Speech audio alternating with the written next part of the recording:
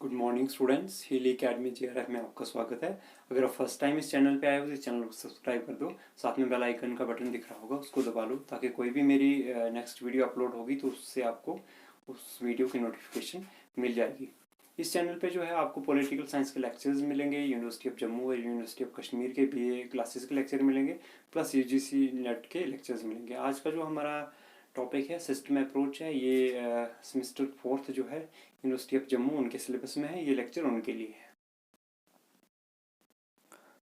आज का टॉपिक है हमारा सिस्टम अप्रोच। सिस्टम अप्रोच वो जो डेविड ईस्टर ने दी थी, और जो ये सिस्टम अप्रोच है बहुत इंपॉर्टेंट है। जैसे हमने सोशल कॉन्ट्रैक्ट थ्योरी पढ़ी थी, बहुत सारे थिंकर्स ने दी थी, वैसे ही सिस्टम अप्रोच भी बहुत सारे थिंकर्स ने दी है। जो हमारी पॉलिटिकल साइंस में ही ये डेविड ईस्टर ने दी हुई है। तो सिस्टम अप्रोच क्या है? This approach assumes that the system consist of discernible, regular and internally consistent pattern, each connecting with one another, giving on the whole the picture of self-regarding order। कि जो system approach है ये क्या है? ये ऐसा सिस्टम है जिसमें दो या दो से ज़्यादा एलिमेंट्स जो हैं कुछ मिल के जो है काम करके हमारा पूरा सिस्टम जो है उसको आउटपुट देते हैं। जैसे हमारी बॉडी है, हमारी बॉडी में कान है, नाक हैं, आईज़ हैं, तो जितनी भी हमारी बॉडी के पार्ट्स हैं वो कुछ काम करते हैं। हर किसी पार्ट का एक प्रॉपर फंक्शन है, वो एक पूरा सिस्टम देते हैं। और हमारी बॉडी क्या है?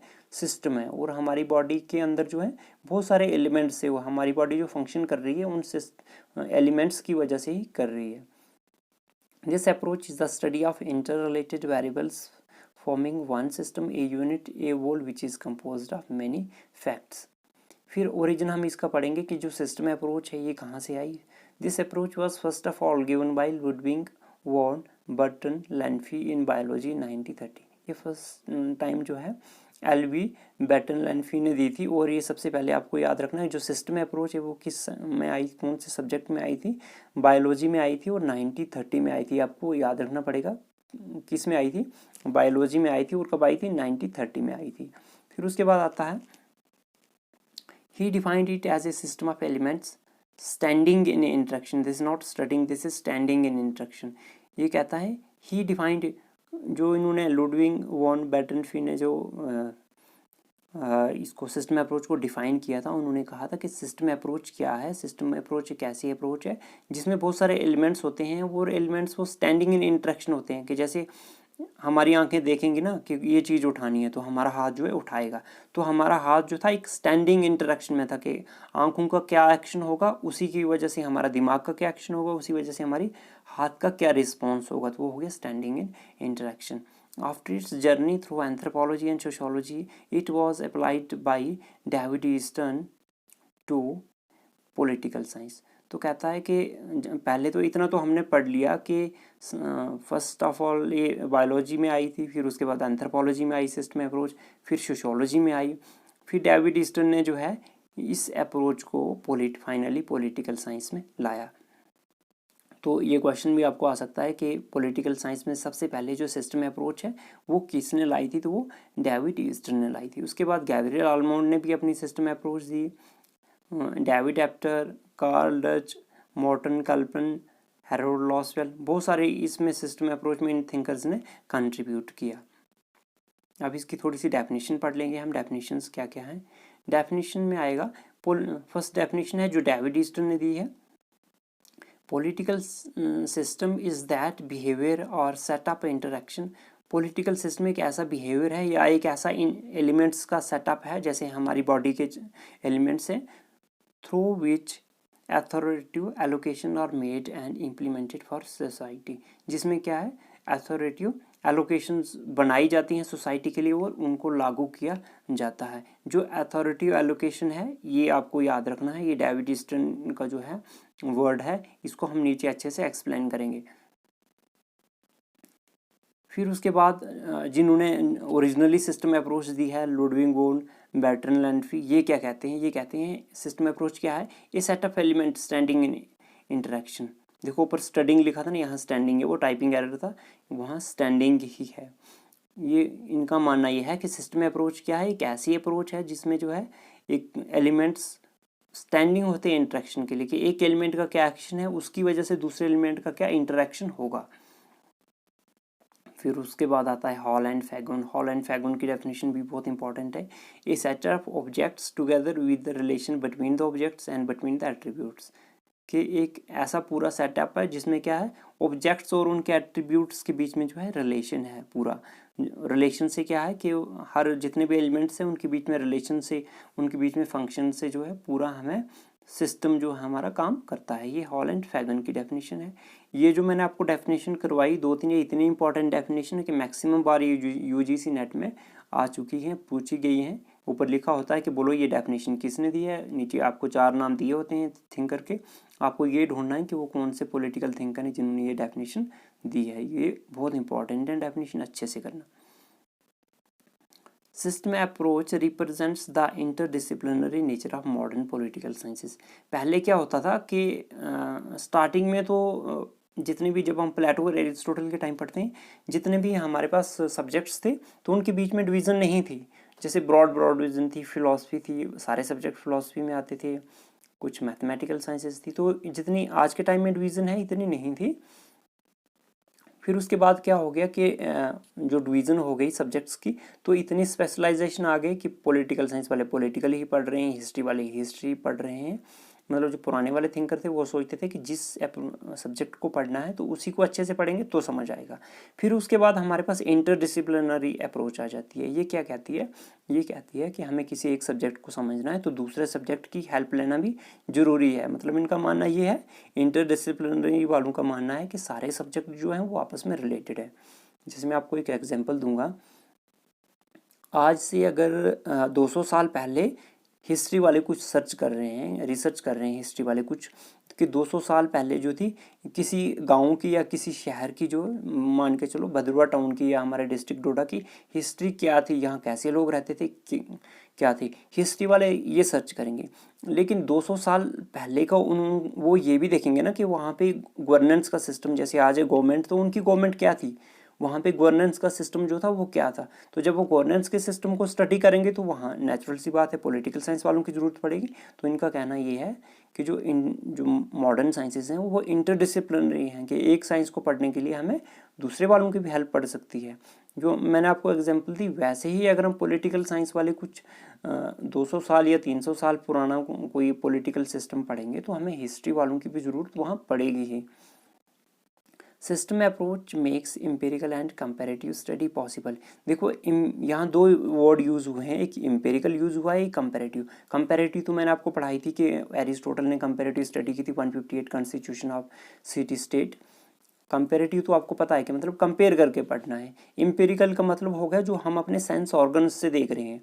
जैसे अगर मैं क्वेश्चन पढ़ा रहा हूँ, अगर आप वीडियो नहीं देखोगे तो कल मैं क्लास में पूछूंगा आपसे कि कोई भी क्वेश्चन पूछूंगा, तो अगर आप बाई फेस हो क्लास में तो मैं आपके फेस, अगर आप बोलोगे मैंने वीडियो देखी है, लेकिन मैं आपके फेस एक्सप्रेशन से मुझे पता लग जाएगा कि बच्चा सच बोल रहा है या झूठ बोल रहा है। तो वो क्या हो गया, एम्पेरिकल स्टडी। जो एम्पेरिकल स्टडी है ये बहुत इंपॉर्टेंट है रिसर्च में, क्योंकि फील्ड में हम जितना भी डाटा लेते हैं तो वो बाइस्ड ना हो, मतलब कोई हमें झूठ ना बोले, इसलिए हमें जो सेंस ऑर्गन्स हैं अपने उनका प्रॉपर यूज़ करना पड़ता है। तो इसको भी एक साइंटिफिक रिसर्च माना जाता है एम्पेरिकल स्टडी को।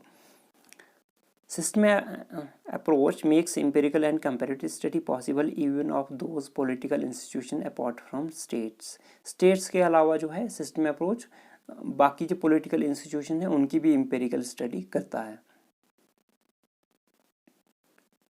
Eastern concept of political system, जो ईस्टर्न का कंसेप्ट है पॉलिटिकल सिस्टम का वो पढ़ेंगे हम। David Easton introduced his concept of political system in his work Political System, published in 1953। तो एक वर्ल्ड पॉलिटिक्स करके एक जर्नल है। जर्नल क्या होता है, उसमें आप अपने कुछ रिसर्च पेपर दे सकते हो, वो पब्लिश होंगे। जैसे बुक होती है ना, बस वैसे ही जर्नल भी होता है। तो जर्नल में क्या होता है, जो आपके रिसर्च पेपर हैं वो पब्लिश होते हैं। तो वर्ल्ड पॉलिटिक्स एक जर्नल का नाम है। तो उसमें इनका पॉलिटिकल सिस्टम जो है एक पेपर जो है वो फर्स्ट ऑफ ऑल छपता है, उसमें जर्नल में पब्लिश होता है। कब की बात है, 1953। उसके बाद जब ये फुली अपनी सिस्टम अप्रोच को डेवलप करते हैं तो ये इनका एक वर्क आता है, इनकी एक बुक आती है जिसका नाम है a system analysis of political life. ये 1965 की बात है। तो तब ये अपनी जो सिस्टम अप्रोच है पॉलिटिकल साइंस में उसको फुली डेवलप करके इसमें पब्लिश करते हैं। Easton approach is also known as input output model of political system. मैंने आपको कहा था ना कि जैसे हमने वो सोशल कॉन्ट्रैक्ट थ्योरी पढ़ी है, बहुत सारे थिंकर ने दी है, वैसे ही सिस्टम अप्रोच भी बहुत सारे थिंकर ने दी है। तो जो ईस्टर्न का है उसको input output system model of political system भी बोलते हैं। तो आपको ये याद रखना पड़ेगा, जो इनपुट आउटपुट सिस्टम है ये किसका है, ये ईस्टर्न का है। अब इसकी डिटेल्ड एक्सप्लेनेशन हम करेंगे कि जो इनका जो पॉलिटिकल सिस्टम है वो क्या है। Eastern defined his politics as the authority allocation of values। Eastern ने जो सॉरी हिज नहीं बेटा यहाँ पे लिखना, ठीक है। ईस्टर्न डिफाइंड पॉलिटिक्स, ईस्टर्न जो है वो पॉलिटिक्स को डिफाइन करते हैं कैसे, हमने ऊपर भी डेफिनेशन में पढ़ा था कि अथॉरिटिव एलोकेशन ऑफ वैल्यूज़। देखो इसमें दो चीज़ें आ रही हैं, एक तो अथॉरिटिव आ रही है। अथॉरिटी का मतलब होता है कि जैसे आपको कोई संविधान या कोई लोग मान रहे हैं हाँ ये हमारा राजा है, तो राजा के पास अथॉरिटी आ गई। जैसे हम आज के टाइम में वोट डालते हैं तो जो जीतता है उसके पास अथॉरिटी होती है। तो इसमें दो चीज़ें आ रही हैं पॉलिटिकल सिस्टम में, एक तो अथॉरिटिव, दूसरा allocation of values. Allocation of values आ गया कि जो सर्विसेज हैं वो हमने पब्लिक को देनी है। तो ये दो चीज़ें डेविड ईस्टर्न की डेफिनेशन में आ रही हैं, ये हम नीचे समझेंगे डायग्राम में कि अथॉरिटी एलोकेशन में क्या है। हियर एलोकेशन ऑफ वैल्यूज़, जो एलोकेशन ऑफ वैल्यूज़ है उसका मतलब हो गया here allocation of value is made because there are corresponding demand from the society और environment and it becomes authority because it gets support from the environment. अब allocation of value इसलिए है क्योंकि इसमें क्या है कि डिमांड्स आ रही हैं सोसाइटी में कि ऐसा करो, हमें इस चीज़ की ज़रूरत है, हमें इस वेलफेयर की ज़रूरत है। जैसे कोई गांव सड़क मांग रहा है, ओल्ड एज पेंशन वाले डिमांड कर रहे हैं हमें ज़्यादा पेंशन मिले, या सैलरी वाले डिमांड कर रहे हैं, तो वो क्या है डिमांड्स आ रही हैं। तो गवर्नमेंट के पास अथॉरिटी है कि वो क्या करेगी, एलोकेट करेगी उन डिमांड्स को जो पूरी करेगी, लोगों को देगी, वेलफेयर स्कीम्स देगी। अब अथॉरिटी इसलिए है क्योंकि लोगों का साथ है, फीडबैक है। ये हम पढ़ेंगे फीडबैक क्या होता है, ये सपोर्ट क्या होती है, लोगों की सपोर्ट है उनके साथ। जैसे आज के टाइम में हम वोट डालते हैं, जिसको ज़्यादा वोटिंग सपोर्ट मिलती है वो जीत जाता है, वैसे ही इस सिस्टम में भी क्या है कि सपोर्ट है। In simple words political system receives, simple word में हम कहें तो पॉलिटिकल सिस्टम क्या करता है, रिसीव्स इनपुट लेता है कहाँ से, इन्वायरमेंट से, in the form of demand and support. Input लेता है डिमांड और सपोर्ट की शक्ल में, और आउटपुट कैसे देता है, पॉलिसीज और डिसीजन मेकिंग की शेप में। अब हम इसको जो डायग्राम है इसको अच्छे से समझेंगे। देखो पॉलिटिकल सिस्टम मैंने बीच में रखा हुआ है, और ये जो पॉलिटिकल सिस्टम है इसका डेविड ईस्टर्न का, ये ओपन सिस्टम है, कोई क्लोज नहीं। क्लोज्ड हो गया जैसे आपकी बिजली की वायर होती है ना, तो आपके घर में बिजली की वायर है तो वहाँ से इलेक्ट्रिसिटी पास होती है, कोई प्रॉब्लम नहीं, आपके रूम में सर्दी है गर्मी है जो भी है, क्योंकि वो एक क्लोज्ड उसमें जा रही है। लेकिन ओपन का क्या है कि जो ऐसी चीज़ जो अपने इन्वायरमेंट से इन्फ्लुएंस हो, यानी जो आपका इन्वायरमेंट है उसका अगर उस चीज़ पे असर पड़ रहा है तो वो क्या हो गया, वो ओपन होगी। जैसे आपके घर में जो सिलेंडर जब लीक होता है तो उस सिलेंडर के लीक होने से क्या है, आपके रूम में हवा पे फ़र्क पड़ रहा है, आपको स्मेल आ रही है, तो वो क्या है, वो एक ओपन सिस्टम है, क्योंकि उससे जो है इन्वायरमेंट का फ़र्क पड़ रहा है। तो वैसे ही जो इनका ये सिस्टम है ये क्या है, ये ओपन है, यानी कि जो आपकी सराउंडिंग है उसका असर पड़ेगा उस पर। डायग्राम को समझने की कोशिश कीजिए। बीच में मैंने पॉलिटिकल सिस्टम रखा है, देखो डिमांड और सपोर्ट मैंने पीछे रखी है, मतलब इनपुट ये पॉलिटिकल सिस्टम में जा रहा है, फिर उसमें क्या है आउटपुट निकल रही है। आउटपुट क्या निकल रही है, डिसीजन और पॉलिसीज निकल रही हैं। डिमांड में क्या है कि जैसे कुछ लोग डिमांड कर रहे हैं हमें क्या, जैसे एमएलए का इलेक्शन हो रहा है, कुछ लोग एमएलए जी जो हैं गांव में वोट मांगने जाते हैं, कुछ लोग कहते हैं कि हमें क्या करो, सड़क दे दो, क्या करो, हमें सड़क दे दो, हमें बिजली दे दो, हमें पानी, ये क्या उनकी डिमांड है। तो वो पॉलिटिकल सिस्टम में जा रही है ना डिमांड। हो सकता है एमएलए जीत जाएंगे तो वो डिसीजन लेंगे, फिर आगे उनको हो सकता है सड़क दे दें, बिजली दे दें, पानी दे दें, वो क्या है उनके डिसीजन है। फिर सपोर्ट समझेंगे, सपोर्ट क्या है। सपोर्ट ऐसा है कि जैसे कुछ कांग्रेस के कार्यकर्ता हैं या कुछ बीजेपी के कार्यकर्ता हैं जिनको पार्टी के बारे में ज़्यादा पता है, वो उस पार्टी को सपोर्ट कर रहे हैं। सपोर्ट क्यों कर रहे हैं, क्योंकि पॉलिसी वो पार्टी की पॉलिसी से इन्फ्लुएंस्ड है, उनको विश्वास है कि हाँ अगर हम ये सरकार आएगी, बीजेपी पावर में आएगी तो ऐसा करेगी, या कांग्रेस पावर में आएगी तो ऐसा करेगी। तो वो क्या है, सपोर्ट और डिमांड में थोड़ा सा अंतर है। डिमांड क्या है, आप डिमांड कर रहे हो, आप उस पार्टी को सपोर्ट नहीं भी कर रहे हो, लेकिन सपोर्ट क्या है कि आपको विश्वास है कि अगर पावर में आएगी तो ये चीज़ करेगी। उससे हमें क्या आउटपुट में क्या आ रहा है, हमें डिसीजन आ रहा है। डिसीजन जैसे मैंने आपको कहा कि एमएलए जी जीत के हो सकता है वो आपको बिजली पानी सड़क दे दें। फिर पॉलिसीज़ में क्या है, पॉलिसीज़ में क्या है कि गवर्नमेंट जीत के कुछ ऐसी पॉलिसीज़ बनाएगी। वो पॉलिसीज़ ज़्यादा इसलिए बनाएगी क्योंकि उनको दोबारा से वोट मिले। तो आउटपुट में क्या आएगा, एक तो गवर्नमेंट डिसीजन लेगी और कुछ पॉलिसीज़ बनाएगी, वो गवर्नमेंट का पॉलिटिकल सिस्टम का आउटपुट हो गया। फिर फीडबैक समझना बहुत ज़रूरी है। फीडबैक क्या है, अगर एमएलए जी पहली बारी तो आए थे, उन्होंने बिजली और सड़क पानी का वादा किया था, लेकिन अगर वो उस वादे को पूरा करते हैं तो क्या हो जाएगा, फीडबैक लगेगा ना। फिर वो जो जिन्होंने पहले डिमांड की थी वो सपोर्ट में आ जाएंगे, हाँ पिछली बार इन्होंने वादा पूरा किया था तो क्या हो जाएगा, इस बार फिर इनको ही वोट देते हैं क्योंकि ये अच्छा काम करेंगे, पिछली बार भी इन्होंने किया। तो ये क्या है, फीडबैक है। तो कोई भी गवर्नमेंट हो, बीजेपी हो या कांग्रेस हो, वो कोशिश करती है कि उनके डिसीजन और उनकी पॉलिसीज़ ऐसी हों जिससे पब्लिक खुश हो जाए। अगर पब्लिक खुश होगी तो क्या मिलेगा उनको, फीडबैक मिलेगा। फीडबैक क्या है कि जैसे दूसरी बार इलेक्शन होगा तो उनको जो है ज़्यादा वोट मिलेंगे और उनकी सरकार दोबारा पावर में आ जाएगी। तो ये था डेविड ईस्टन का पॉलिटिकल सिस्टम। देखो ऊपर मैंने इन्वायरमेंट लिखा है, फिर इस साइड इनपुट है, फिर उस साइड आउटपुट है, बीच में पॉलिटिकल सिस्टम है, तो नीचे फीडबैक दिया है। Easton model of political system. The output flows back into the environment through a feedback mechanism giving rise to fresh demand ETC. जो है आउटपुट जो है वो खुद फीडबैक बन के इनपुट बन जाता है, किसकी वजह से, थ्रू फीडबैक से। Easton has treated the raw material with which the product called the decision are manufactured. जो इनपुट्स हैं जैसे डिमांड और सपोर्ट हैं उसको ईस्टर्न ने एक रॉ मटेरियल कहा है, जो डिसीजन और पॉलिसीज़ हैं उसको ईस्टर्न ने एक प्रोडक्ट कहा है जो हमें आगे मिल रहा है। He has treated feedback as an energy which convert the demand into decision and policies which provided direction to the system। अब क्या है, जो फीडबैक क्या करता है, एक सिस्टम को पूरी एनर्जी देता है कि हमारा सिस्टम कैसे काम करता रहेगा, जो हमारी डिमांड्स हैं वो कैसे, डिमांड और सपोर्ट जो है वो कैसे डिसीजन और पॉलिसीज़ में कन्वर्ट होगी, कैसे क्या होगा, तो वो क्या है, फीडबैक। और साथ ही फीडबैक क्या करता है, हमारे पॉलिटिकल सिस्टम को एक डायरेक्शन देता है।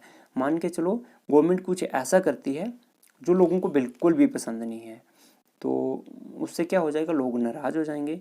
तो सरकार क्या करेगी, अगर लोग नाराज़ होंगे तो लोग उनको वोट नहीं देंगे, उससे क्या हो जाएगा, सरकार ऐसा करेगी कि उसको उस डायरेक्शन में नहीं ले जाएगी अपनी पॉलिसीज़ और डिसीजन जो लोगों को, पब्लिक को पसंद ना हो। तो उससे फीडबैक से क्या हो जाएगा, हमारा एक पॉलिटिकल सिस्टम को एक डायरेक्शन भी मिलेगा।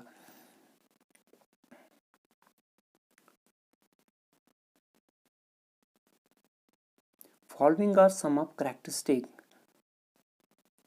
Of his system. जो उन्होंने पॉलिटिकल सिस्टम में अप्रोच दिया है डेविड ईस्टन ने, तो कुछ कैरेक्टरिस्टिक्स मैंने यहाँ लिखी हुई हैं। जैसे फर्स्ट है, political system implies a set us interaction through which values are authoritatively allocated। यहाँ पे अस नहीं है, political system implies a set of है, दिस इज ऑफ, ठीक है। Political system implies a set of interaction through which values are authoritatively allocated. कि political system जो है एक ऐसी इंटरेक्शन है, एक्शन और इंटरेक्शन के बारे में मैंने आपको समझाया अभी। तो पॉलिटिकल सिस्टम क्या है, एक ऐसा इंटरेक्शन है जिससे वैल्यूज़ जो है वो ऑटोमेटिकली जो पब्लिक है उनको ट्रांसफ़र हो जाती हैं। जैसे मैंने कहा कि पॉलिसीज़ गवर्नमेंट बनाएगी, हो सकता है वो वेलफेयर पॉलिसीज़ बनाए, कुछ ऐसे डिसीजंस ले जो पब्लिक के हक में है। This makes clear that decisions of those who are in power are binding. इससे ये तो क्लियर हो जाता है कि जो पावर में होंगे तो उनके डिसीजन क्या है, वो पब्लिक पे बाइंडिंग है, जैसे आज के टाइम हम डेमोक्रेसी में भी देखते हैं। Political system is a system of regularised persistent pattern of relationship among people and institution within it. तो पॉलिटिकल सिस्टम क्या है, इसमें इंटरेक्शन आता है, एक रेगुलर रिलेशनशिप आता है बिटवीन पीपल और इंस्टीट्यूशन। जैसे हमारा पार्लियामेंट होगी और पब्लिक के बीच में क्या एक रिलेशन आता है और कंटिन्यू रिलेशन आता है। Political system, like any other natural system, has its self-regarding system by which it is able to change, correct, adjust its process and structure। अब political system क्या है, जैसे नेचुरल सिस्टम है, जैसे हमारी ह्यूमन की बॉडी है वैसे ही है कि ये क्या कर सकती है, चेंज कर सकती है अपनी चीज़, आपको करेक्ट कर सकती है और एडजस्ट कर सकती है अपने स्ट्रक्चर और अपने प्रोसेस को with the help of feedback. Political system is a dynamic in the sense that it can maintain itself through the feedback mechanism। कि पॉलिटिकल सिस्टम क्या है, स्टैटिक नहीं है। देखो एक दो चीज़ें आती हैं, एक स्टैटिक होता है, एक डायनेमिक। डायनेमिक का मतलब हो गया जो चेंज होता है, स्टैटिक का मतलब हो गया जो स्टैटिक है, जो जिसको हम चेंज नहीं कर सकते हैं। डायनेमिक क्या होता है, जो चेंज होता रहता है। स्टैटिक हो गया जो चेंज नहीं होता। तो पॉलिटिकल सिस्टम क्या है, डायनेमिक है, चेंज होता रहता है, ये फीडबैक के थ्रू अपने आप में चेंजिंग लाता रहता है। It helps the system to persist through every else associated with it में चेंज इवन रेडिकली। तो उसमें क्या है कि ये कोशिश करता है अपने आप को एडजस्ट करने की, जैसे भी इन्वायरमेंट में एडजस्ट होना होगा तो उससे क्या है, एडजस्ट हो जाता है। जो भी रेडिकल क्या होता है, रेडिकल का मतलब हो गया कुछ भी अचानक कोई चेंज करनी वो हो जाएगी। Political system is different from other system and a boundary line separates them। Political system क्या है, बाकी सिस्टम से डिफरेंट है और उनको क्या है, एक बाउंड्री लाइन सेपरेट करती है पॉलिटिकल सिस्टम को। जैसे मैंने अपनी ह्यूमन बॉडी की एग्जांपल दी थी, तो जैसे हमारे हाथ हैं, कान है, आँख है, जितने भी बॉडी के एलिमेंट्स हैं, पार्ट्स हैं, तो वो बॉडी के साथ ही हैं। ऐसा नहीं कुछ, अगर कोई बाहर पार्ट की बात करूँ मैं, कुछ भी आपके साइड में, जैसे आप चेयर पे बैठे हो तो चेयर जो है तो आपकी उस सिस्टम का पार्ट नहीं है, सेपरेट है। तो वैसे ही क्या है, इसमें बाउंड्री लाइन है जो सेपरेट करती है पॉलिटिकल सिस्टम को अदर सिस्टम से। Input through demand and support put the political system at work while output through policies and decision enable the system to adjust itself. जो सिस्टम को working में लाता है वो डिमांड और सप्लाई से इनपुट मिलती है, सिस्टम वर्क करता रहता है। और सिस्टम चेंज कैसे होता है, पॉलिसी और डिसीजन से। फिर है बहुत सारे पॉलिटिकल थिंकर्स हैं जिन्होंने इस प्लेटफॉर्म को यूज़ करके सिस्टम अप्रोच की, जो डेविड ईस्टन की अपनी थ्योरी दी है। जैसे हम सोशल कॉन्ट्रैक्ट थ्योरी में पढ़ते हैं, हॉब्स की थ्योरी यूज़ करके जॉन लॉक अपनी देते हैं, जॉन लॉक की यूज़ करके जो है रूसो देते हैं, वैसे ही सेम यहाँ पे भी है। Structural functional approach of Gabriel Almond and model of communication theory of Karl Deutsch are also based on eastern system theory. तो आपको पता होना चाहिए जो स्ट्रक्चरल फंक्शनल अप्रोच है, हम पढ़ेंगे इसके बाद आपके सिलेबस में है, वो गैब्रिएल आलमोंड ने दी है, और मॉडल ऑफ कम्युनिकेशन थ्योरी जो है कार्ल डच ने दी हुई है। तो ये दोनों किस पे बेस्ड हैं, जो सिस्टम अप्रोच है डेविड ईस्टन की उसी पे बेस्ड है। तो बहुत सारे थिंकर्स ने इस अप्रोच को अडॉप्ट किया है, बहुत सारे थिंकर ने इस अप्रोच को क्रिटिसाइज़ किया। ये बहुत इंपॉर्टेंट क्वेश्चन है, आप अच्छे से देखना।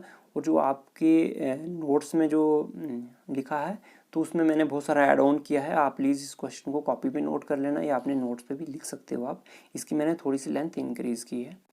अपना अच्छे से ध्यान रखिए और पूरी वीडियो देखिए, अच्छे से पढ़िए। Best of luck, thank you.